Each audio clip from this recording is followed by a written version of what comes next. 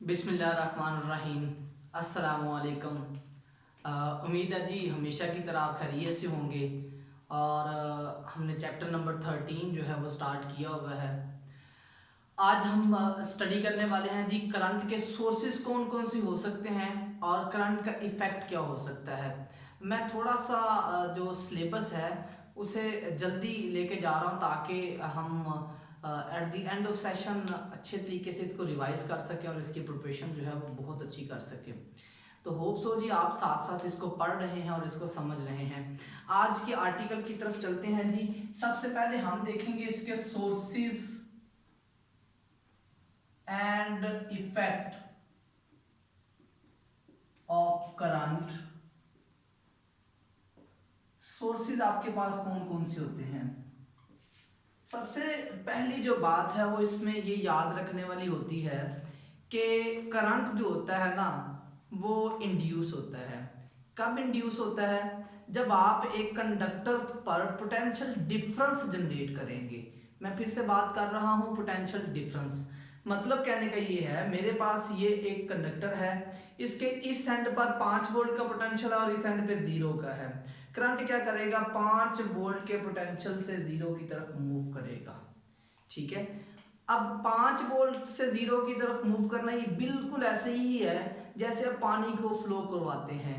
पानी हमेशा क्या करता है? हायर पोटेंशियल से लोअर पोटेंशियल की तरफ मूव करता है।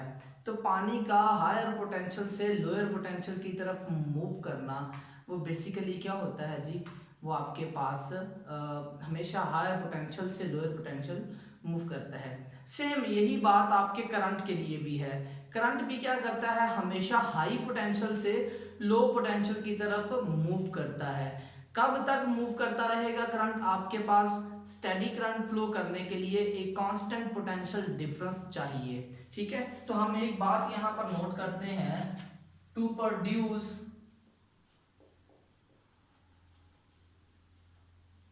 a steady current we need a constant potential difference. तो हमें करंट प्रोड्यूस करवाने के लिए एक कांस्टेंट पोटेंशियल डिफरेंस की ज़रूरत है। अगर कांस्टेंट पोटेंशियल डिफरेंस हम अप्लाई करते हैं, करते रहेंगे या potential constant potential difference constant रहता है तो स्टेडी आएगा करंट। ऐसा बिल्कुल नहीं है कि आप पहले आपकी कंडक्टर के दरमियान यहाँ पर 10 वोल्ट का पोटेंशियल था डिफरेंस और बाद में 15 वोल्ट का पोटेंशियल डिफरेंस हो गया। Time to time potential difference vary करे तो करंट स्टेडी नहीं रहता। स्टेडी फ्लो करंट के लिए हमें क्या करना पड़ता है? कांस्टेंट पोटेंशियल डिफरेंस रखना पड़ता है कि आपके कंडक्टर्स के एंड्स के दरमियान हमेशा पोटेंशियल डिफरेंस कांस्टेंट रहे। तो ये हमारा करंट स्टेडी करंट फ्लो करवाने का एक मैजिक वे था। अब हम आते हैं जी अपने जो है वो सोर्सेज के हवाले से।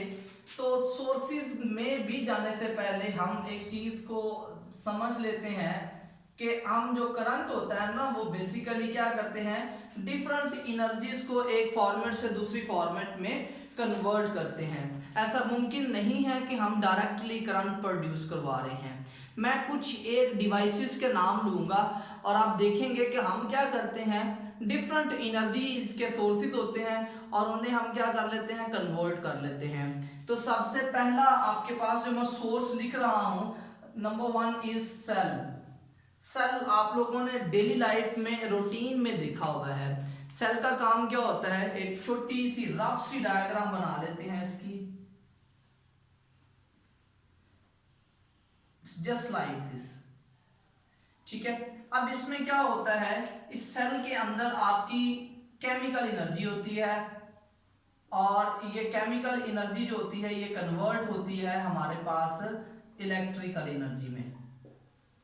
और ये बिल्कुल आपके एनर्जी कंजर्वेशन प्रिंसिपल को ओबे करती है कि एनर्जी ना तो पैदा की जा सकती है ना ही ज़ाया की जा सकती है, बल्कि क्या करती है? एक फॉर्मेट से दूसरे फॉर्मेट में कन्वर्ट होती है। एक बात होगी जी। दूसरी बात ये है कि हमारे पास जनरेटर आप लोगों ने रूटीन में देखा हुआ है, मैं ड्रॉ नहीं कर रहा। तो जनरेटर क्या होता है जी, आपके पास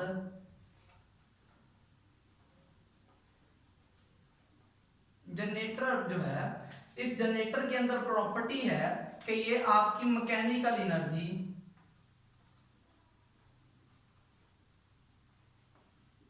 इसको कन्वर्ट करता है इलेक्ट्रिकल एनर्जी में।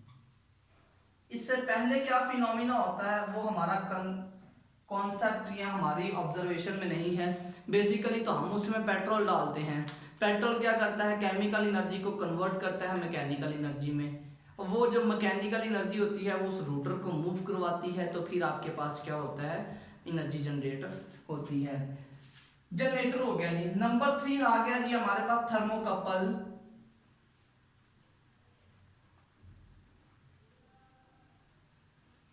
थर्मोकपल्स का काम क्या होता है, ये करते हैं जी आपकी हीट एनर्जी को इलेक्ट्रिकल एनर्जी में कन्वर्ट करते हैं। हमारे पास जो हीट एनर्जी जनरेट होती है उस हीट एनर्जी को इलेक्ट्रिकल एनर्जी में कन्वर्ट करने का काम हम करते हैं थर्मोकपल्स से। ठीक हो गया जी। And number 4 and last one, वो भी मैं यहाँ पर ही लिख देता हूँ, सोलर सेल आजकल की टेक्नोलॉजी में बहुत ज्यादा अहम है। तो सोलर सेल का क्या काम होता है जी, सोलर सेल जो है वो आपकी सनलाइट को डायरेक्टली इलेक्ट्रिकल एनर्जी में कन्वर्ट कर देते हैं।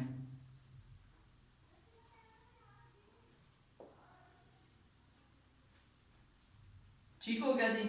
हमने करंट के सोर्सेज के बारे में पढ़ा और उसके 4 सोर्सेज जो है वो आप लोगों ने थारोली स्टडी कर लिए हैं। उन 4 सोर्सेज में कौन कौन से सोर्सेज शामिल हैं, सेल शामिल है, जनरेटर शामिल है, थर्मोकपल्स आपके पास शामिल हैं और आपके पास सोलर सेल शामिल हैं। अब करंट के इफेक्ट्स के बारे में पढ़ते हैं कि करंट आपके पास क्या क्या इफेक्ट्स दे सकते हैं। तो अगला हमारा जो पॉइंट ऑफ ऑब्जर्वेशन है that is effects of current.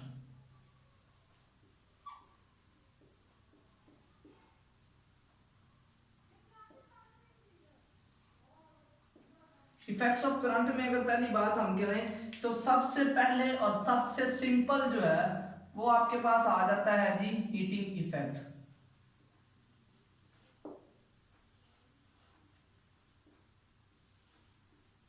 Heating कैसे प्रोड्यूस होती है, इस हीटिंग की पहले हम बात करते हैं। कहता है जी आपके पास कोई भी जो मेटल है उस मेटल्स में फ्री इलेक्ट्रॉन्स होते हैं। ठीक है, फ्री इलेक्ट्रॉन्स को जब आप क्या करते हैं, पोटेंशियल अप्लाई करते हैं, वो फ्री इलेक्ट्रॉन्स कोलाइड करेंगे। जब वो कोलाइड करेंगे एक दूसरे के साथ तो वहां पर वो क्या करते हैं, हीट प्रोड्यूस करवाते हैं। अब ये जो हीटिंग इफेक्ट है इसे आप डायरेक्टली इस्तेमाल करते हैं। कहाँ इस्तेमाल करते हैं जी, आपके पास electric iron is the most common,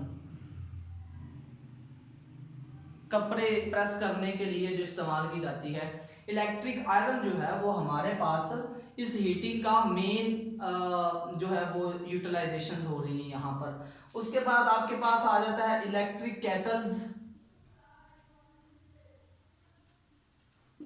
तो इलेक्ट्रिक केटल्स में भी क्या करते हैं, वो आप चीज़ों को हीट करने के लिए, चीज़ें पकाने के लिए इस्तेमाल करते हैं। इसके बाद नंबर 2 पे आपके पास आ जाता है जी मैग्नेटिक इफेक्ट।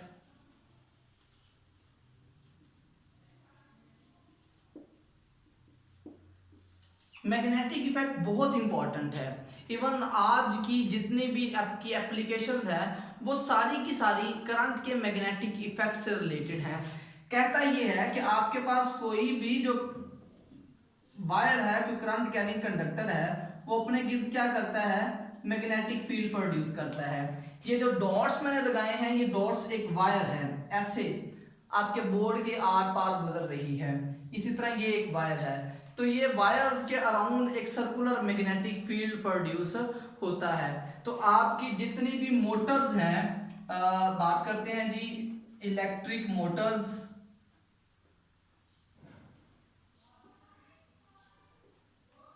ठीक है, और इसी तरह जितनी भी हैवी मशीनरीज है ना उन सब के अंदर यही इफेक्ट हम लोग इस्तेमाल करते हैं। यहाँ पर एक छोटा सा फार्मूला हम लिख लेते हैं, H is equal to the I square R into T. इस फार्मूले से आप क्या करते हैं, हीटिंग इफेक्ट्स देखते हैं कि कितनी हीट आपके पास प्रोड्यूस हुई होगी। एंड द लास्ट वन, बहुत सी इंपॉर्टेंट डेफिनेशन जिसमें हम कवर करेंगे जी, केमिकल इफेक्ट।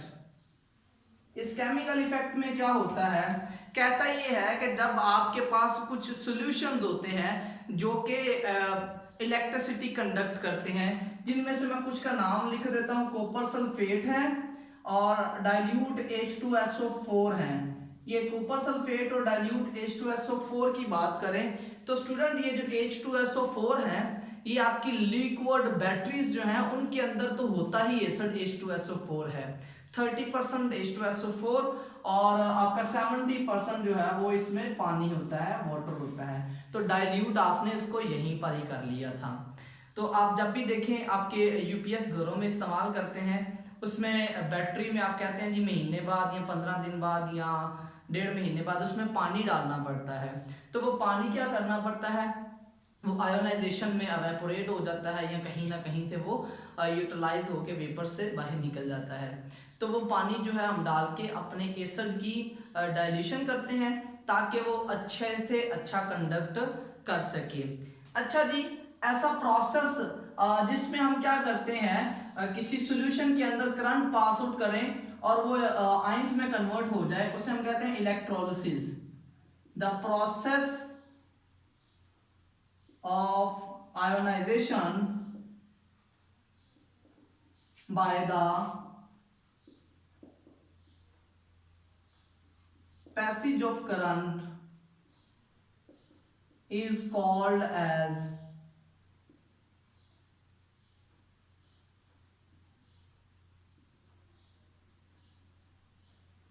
इलेक्ट्रोलिसिस। ठीक है, एक ऐसा प्रोसेस जिसमें हम क्या करते हैं, अपने किसी भी सॉल्यूशन को इलेक्ट्रिक करंट से आयोनाइज करवा दें। The ionisation of the process of ionisation by passage of current, ये किस में होता है, ये बात याद रखें, ऑफ लिक्विड। लिक्विड्स की आयोनाइजेशन से जो आप क्या करते हैं, आयोनाइजेशन करते हैं करंट से, उसको हम कहते हैं जी इलेक्ट्रोलिसिस। और इस इफेक्ट को हम बोलते हैं केमिकल इफेक्ट। ये जो इफेक्ट आपके पास आया है करंट का, इसको आप कहते हैं जी केमिकल इफेक्ट। केमिकल इफेक्ट किस तरह से है, बेसिकली करंट के गुजरने से एक केमिकल रिएक्शन हुआ है, आपके उस लिक्विड के बने हुए बॉन्ड्स जो हैं वो टूट गए हैं। तो बॉन्डिंग से रिलेटेड जहां पर भी काम होगा ना, वो बेसिकली आपका क्या कहलाएगा, वो एक केमिकल प्रोसेस कहलाएगा। ठीक हो गया जी।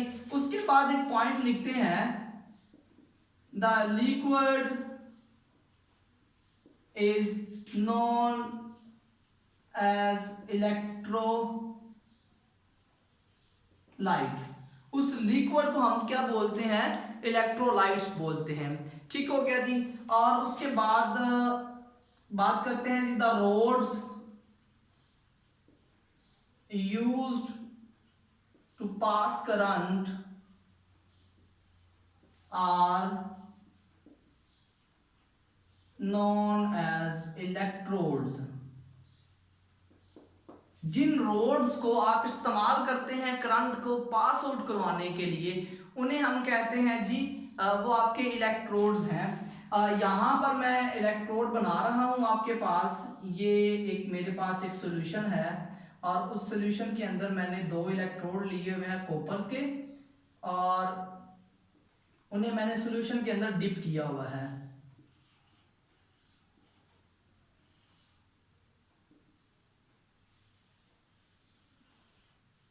ये मेरे पास एक सॉल्यूशन है और मैंने उस सॉल्यूशन के अंदर इलेक्ट्रोड रखे हुए हैं और उसको डिप किया हुआ है पानी के अंदर। ये भी आपके पास कॉपर है और ये भी आपके पास क्या है, कॉपर है। और ये जो सॉल्यूशन है, this is copper sulphate solution. अच्छा जी, इसमें दो बातें बड़ी अहम है। वो कौन कौन सी अहम है स्टूडेंट? ये आपका नेगेटिव टर्मिनल है और ये आपका पॉजिटिव टर्मिनल है। जिस इलेक्ट्रोड को आप बैटरी के नेगेटिव टर्मिनल से अटैच करेंगे उसे हम कहते हैं कैथोड। कैथोड कौन से होते हैं? जो नेगेटिव टर्मिनल के साथ अटैच होते हैं। जिसको आप पॉजिटिव के साथ अटैच करते हैं that is known as anode. Anode को क्या किया जाता है जी? बैटरी के पॉजिटिव टर्मिनल से अटैच किया जाता है। होता क्या है जी? होता यूं है कि आपके पास या करंट पास आउट करवाते हैं तो कॉपर +2 बन जाता है प्लस सल्फर -2 बन जाता है जी। तो आपके पास ये जो +2 कॉपर है ये क्या करेगा? ये आपके कैथोड की तरफ मूव करता है। वहां से ये 2 इलेक्ट्रॉन्स गेन करके कॉपर मेटल में कन्वर्ट होना शुरू हो जाता है। ये कहाँ डिपॉजिट होगा जी? ये आपके पास डिपॉजिट होता है कैथोड पर। तो जब आपके सॉल्यूशन में से करंट पास आउट किया, करंट के पास आउट करने से हमारे पास क्या होगा जी? ये कॉपर जो है +2 वाला ये कैथोड की तरफ मूव करेगा। उसके मूव करने से 2 इलेक्ट्रॉन उसने गेन किए सॉल्यूशन में, और होना क्या शुरू हो गया जी? होना ये शुरू हुआ कि आपके पास ये जो है ये कॉपर मेटल कैथोड के ऊपर डिपॉजिट होना शुरू होगी। कहाँ डिपॉजिट हो रही है जी? ये इसके ऊपर जो है वो डिपॉजिट हो रही है कैथोड के ऊपर। अब एनोड से क्या करेगा जी? एनोड से कॉपर ईच होती है और ये आपकी सॉल्यूशन के अंदर मिक्स होती रहती है और 2 इलेक्ट्रॉन रिलीज करती रहती है। ये जो है ये आपका कॉपर सल्फेट के सॉल्यूशन के साथ मिलकर दोबारा से वही सॉल्यूशन बनाती रहती है। इस पूरे प्रोसेस में हमने किया क्या है? हमने किया ये है कि एक जगह से कॉपर उतारी है और दूसरी जगह पे डिपॉजिट कर दी है। हुआ क्या जी? हुआ ये है दिस इज द प्योरिफिकेशन। इसको हम क्या कहते हैं? प्योरिफिकेशन कहते हैं। आपने कॉपर को प्योरीफाई कर लिया है। इसमें जो भी इम्प्योरिटीज थी, जो भी उसमें और मेटल्स थी, वो सारी की सारी क्या होगी हैं? खत्म होगी हैं। तो कॉपर यहां से एनोड से डिपॉजिट हुई सॉल्यूशन में, यहां से वो डिस्प्लेस होती हुई कहां चलेगी? कैथोड। कैथोड के ऊपर जाके वो प्योर फॉर्म, कॉपर की प्योर फॉर्म डिपॉजिट होना शुरू होगी। एक दूसरा इसका जो अहम आपके पास यूजेज है वो है इलेक्ट्रोप्लेटिंग। ये बहुत अहम है और ये अगर हम पुराने जमाने की बात करें तो तब से ये होती आ रही है। इलेक्ट्रोप्लेटिंग का काम क्या होता है जी? आप क्या करते हैं? एक पित्तल की या तांबे की कोई चीज लेते हैं और उसके ऊपर आप सोने का पानी चढ़ा देते हैं। अब वो कैसी नजर आएगी? सोने जैसी। तो देखें आपने क्या करना है, एक मेटल के ऊपर दूसरी मेटल की कोटिंग करनी है। तो ये जो कोटिंग है ये आपके पास एक अच्छा यूजेज है इसका इलेक्ट्रोप्लेटिंग का, जो कि आप 9th की केमिस्ट्री में भी पढ़ के आए हुए हैं, लेकिन इंशाल्लाह आप इसी सब्जेक्ट में भी आगे इसके बारे में थॉरोली स्टडी कर सकेंगे। तो जी स्टूडेंट, ये हमारा आज का एक इंटरेस्टिंग सा आर्टिकल था। उम्मीद है कि आपको इस आर्टिकल में से बहुत सी चीज़ों की समझ आई होगी और आपने इसमें से काफ़ी ज़्यादा चीज़ें सीखी होंगी। तो मेरी दुआ है कि अल्लाह ताला आपको कामयाब करे और आप इसी तरह से हंसते मुस्कुराते चीज़ों को सीखते रहें। अपना बहुत ज़्यादा ख्याल रखिएगा जी। अल्लाह हाफिज़।